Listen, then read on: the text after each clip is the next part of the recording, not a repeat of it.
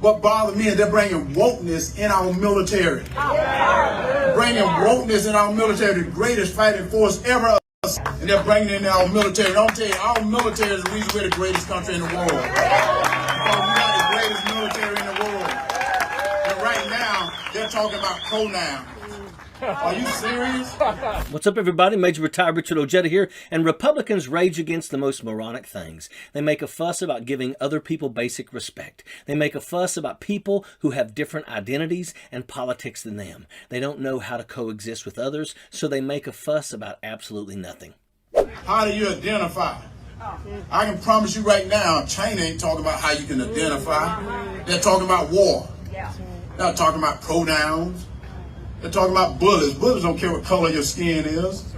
Herschel Walker, one of the total idiots the GOP has thrown on this year's Senate docket, is now attacking wokeness in the American military. And I don't even know how to address this. It's ridiculous. Everything that comes out of Herschel Walker's mouth is incredibly wrong, and this is no exception. I don't think he should be talking. He never even served. What does he know about the military's new wokeness? He's talking about people using pronouns. Everyone has pronouns. Herschel Walker himself has pronouns. He, him, his. I'm using them right now to talk about him. This whole woke pronouns rhetoric is just total. The military has changed so much from when I first entered it. Women only recently got full equal standing in the military back in 2016. Back when I started, women made up maybe 1% of the whole military, and that's gone up a lot since then, even in leadership roles. Of course, we need to be considerate of pronouns now. Your commander might no longer be a man, she might be a woman, and we should accept that. It's a step towards equality in this country. Herschel Walker also wanted to rag out about how bullets don't care about skin color, and I agree in that regard. Skin color and race should not matter for equality, but it's saying that's cheap rhetoric against so-called wokeness. That just doesn't work in current-day America. People come from so many different backgrounds and experiences that we have to be sensitive to. I have friends on SEAL teams that tell me they spend more time now in diversity training than they do shooting, you know? Donald Trump Jr.'s bad takes have been racking up for a little while now, and it's racking my brain. So here's kind of a compilation of some of them. We will get back to why this dude just thinks that all Navy SEALs do is shoot guns. But first, the other day, evidently people were receiving these emails featuring Don Jr. that said, "My father wants to honor you. Friend, this is epic. I just spoke with my father, and he informed me that you have reached Great MAGA King status." Now, it was President Joe Biden who named 45 the Great MAGA King, which makes Don Jr. Great MAGA Prince or something like that. I didn't waste time vetting the screenshot because we've seen the Trumps use a similar tactic to scam people out of $250 million with their Stop the Steal campaign. That's enough for me. Besides, what's most important, and I know you're wondering the same thing too, how do you gain Great MAGA King status? It may be, as this article from Recount put it, based on what you're about to see, protect the Trump reputation at all costs. For the record, I'd say that if Donald Trump actually still had the nuclear codes, it'd probably be good.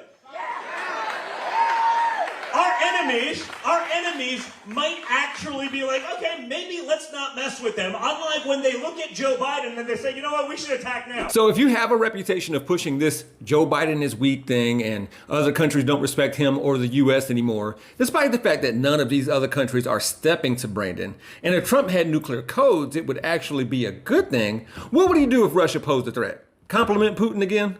If part of your reputation is being backed by Fox News or you back them, you tweet that the Buffalo mass shooter and terrorist attacks Fox News in his manifesto, even though that killer only complained about Fox News because he felt like they hired too many Jewish people. Too much diversity training, huh? Back to where we started. When Don Jr. said, I have friends on SEAL teams that told me they spend more time now in diversity training than they do shooting. He's lying about a number of things, which may include if these conversations actually happened or if he has friends. But Robert J. O'Neill, who famously delivered the kill shot to terrorist leader Osama bin Laden, corroborated the story. Also, retired Navy SEAL Derek Van Orden, who is running to represent Wisconsin's 3rd Congressional District, added, the amount of time that the military and special operations are spending on diversity, equity, and inclusion training is superseding a lot of the actual combat training, he said. We're teaching them to recognize race and gender, and we're not teaching them how to fix an M4 or how to shoot them or operate at high margins or to fix a helicopter or maintenance on a vessel or put out a fire. He would go on to say, "We're training to divide ourselves from within, and it's destructive. It's got to stop," he said. "We treat everybody with dignity and respect. We can solve them both to protect all American citizens, and it, regardless of your gender, your race, your creed. That's all irrelevant.